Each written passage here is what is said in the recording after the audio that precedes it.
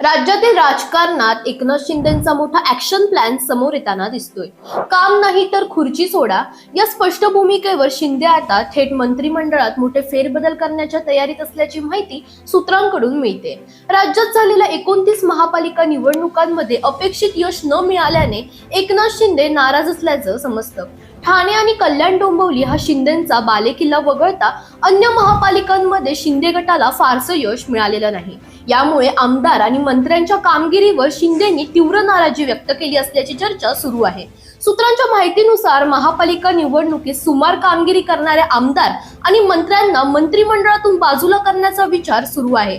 आगामी जिल्हा परिषद निवडणुकीनंतर मंत्रिमंडळात मोठे फेरबदल होणार असून नव्या चेहऱ्यांना संधी दिली जाणार असल्याचं सांगितलं जात आहे. दरम्यान मुंबई महापालिका निवडणुकीत भाजप 89 जागा जिंकून सगळ्यात मोठा पक्ष ठरला. शिंदे गटाला 29 जागा मिळाल्या असून उद्धव ठाकरे गटाला 65 जागांसह दुसऱ्या क्रमांकावर आहे. काँग्रेसला 24 जागा मिळाल्या.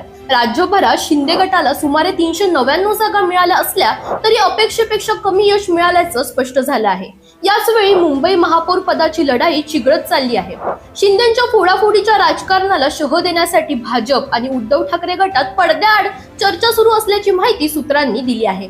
महापौर निवडणुकीसाठी मास्टर प्लॅन आखला जात असल्यामुळे शिंदे गटात अस्वस्थता वाढली असून एकूणच जिल्हा परिषद आणि निवडणुकीच्या पार्श्वभूमीवर एकनाथ शिंदेंचा काम करा नाही तर खुर्ची सोडा हा संदेश आता थेट ऍक्शन मोड मध्ये उतरतोय. हे पाहणं आता आपल्याला महत्त्वाचं ठरणार आहे. दरम्यान तुम्हालाही अशाच राजकीय अपडेट्स हव्या असतील तर इंडिया लीडरला फॉलो करायला विसरू नका.